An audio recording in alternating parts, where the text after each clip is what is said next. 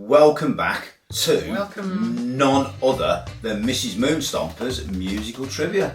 This is the show where you can learn about everything you didn't want to know, everything you might need to know, everything that you couldn't care less about, and other things. But it all comes from the absolute walking, talking encyclopedia on music, none other than Mrs. Moonstomper. Thank you, Mr. Moonstomper. You're very welcome indeed. So, Mrs. Moonstomper, wow me with your first fact. Did you know Prince played 27 instruments on his debut album? Not all at once, though, but Definitely have many arms to do a bit of a one-man band, that is. So 27 instruments. Yes, on his debut album, in the 1978 album For You. Oh, he really? played all 27, yes. And he composed and arranged those as well. Yes, he did, Yeah, actually, I did actually know that. Okay. So, but some, Clever clogs. yeah, but a couple of other people did that as well, didn't they? Yes, Mike Oldfield, rocker Mike Oldfield, Tubular Bells legend. There yes. you go. Somebody else as well, but I bet you don't know that person. I think it's Steve Vai, isn't it? Well, okay, fair enough. Steve Vai, the legend, the guitar legend. Fire Garden Suite. Yes, Yes, there you go, nice. Yes. He even played a sitar on that. Wow. How bizarre. So, what else do you know, Mrs. Moonstomper? Yes, George Lucas of Star Wars fame. Sorry, yeah. Yes. Well, he got Prince. He got Prince to play at his wedding reception. Oh wow. Yes. Okay, who knew? He's a big Prince fan. Yes. Well, there you go. Yes. Who knew that? Well, you obviously knew it, I didn't know that. Well, now you do. Well, now I For do all know God's that. sake, So, now you do. so do you guys as well. What else have you got for us, Mrs. We got Moonstomper? something on Elvis Presley. Oh, I bet you knew that was coming. I didn't. Yes. He had a driver to come and pick him up in his limo, and he asked the driver, "Do you own this, or is it hired?" And the driver says, "It's hired." So Elvis said, "No, it's yours." He bought it for him. Well, there you go. Elvis was actually like that. So there's a weird and wonderful little piece of information for you.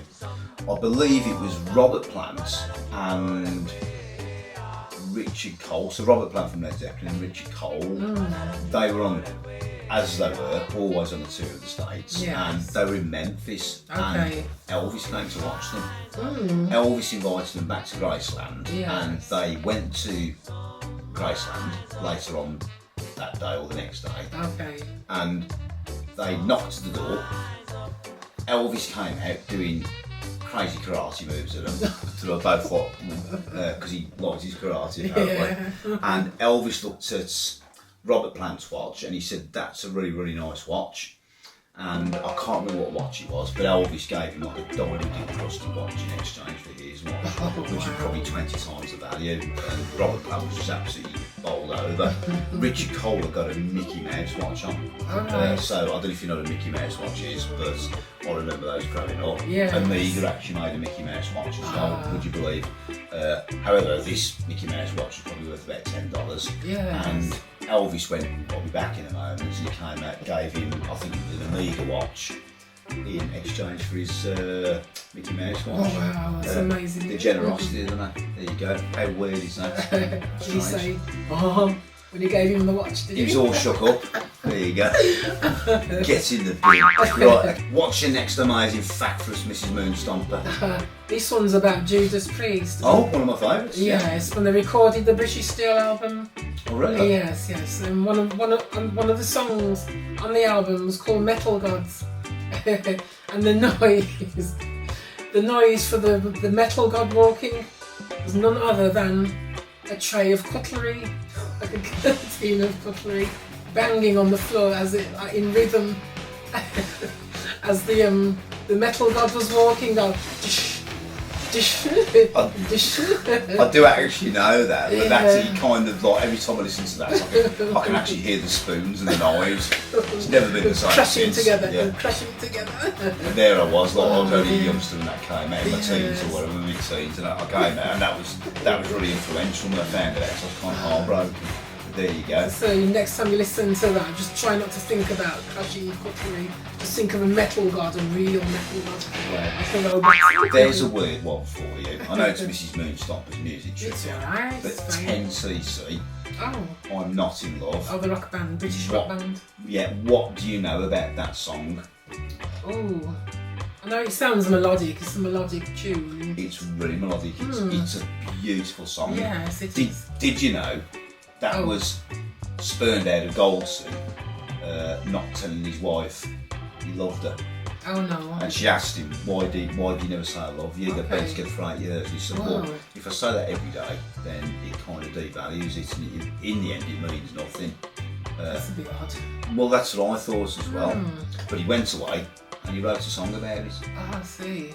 And that song was actually supposed to be in bossa nova style on guitars, and the rest of the band hated it. Godley and Cream hated it.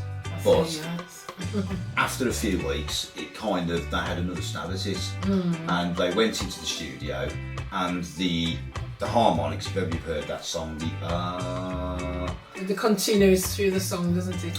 They had to record that. Godley and Cream had to record that 16 times each. So they had 48 tracks of that layered together.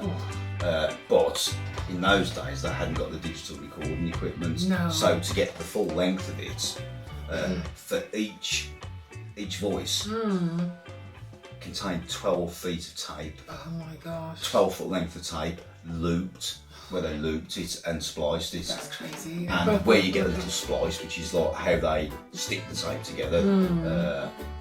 Put a picture on the screen. Oh yes.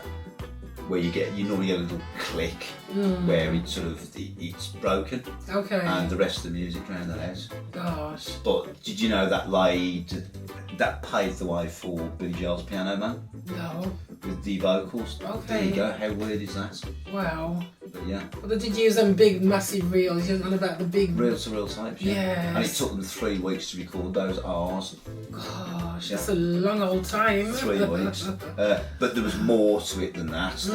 You could do a whole hour's video on that. Yes. But how weird is that? I know, weird but wonderful. There you go. So, Mrs. Moonstomper's music trivia and Mr. Moonstomper's music nonsense. There you go. Have you got anything else, Mrs. Moonstomper? Yes, I've got a couple more things. Janis Joplin. She had a band, a psychedelic band. Oh really? Yes. Who knew that? It was called Big Brother and the Holding Company. I didn't even know that. Okay, so you live and you learn. Yes. Okay. Wow. Okay. Woo. What else have you got? One last one. I bet you don't know who Robert Alan Zimmerman is. I would say.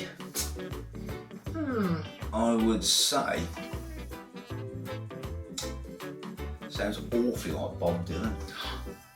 Yes, 1 point for you. Ding, ding, ding, ding, ding. I knew that already. Yeah. There you go. I bet they didn't know. Like a Rolling Stone. There you go. So until the next time, guys. Peace out. Thank you. Bye.